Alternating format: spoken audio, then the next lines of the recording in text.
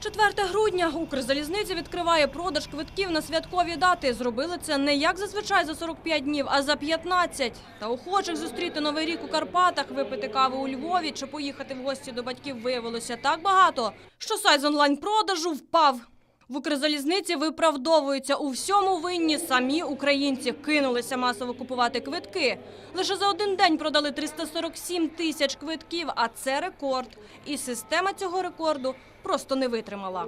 Напруження на наш ресурс було надзвичайно велике, воно було аномальне. Станом на вчорашній вечір ці проблеми були усунуті, і на сьогоднішній день сервіс працює у штатному режимі.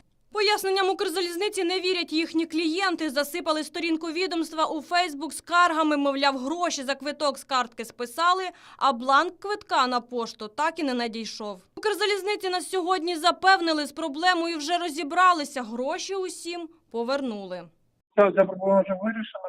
Всі випадки, які були, вони відпрацьовані. Тобто на сьогоднішній день вже цієї проблеми немає. Анна за своїми квитками приїхала на залізничний вокзал. Зазвичай купує їх онлайн, але не вірить, що з сервісом все в порядку. Каже, через вчорашній збій системи постраждали її друзі. У моїх друзів була така ситуація, що оплатили, один раз, правда, оплатили, слава Богу, і квитки прийшли аж на наступний день. Тобто досить довго приходять на електронну пошту квитки.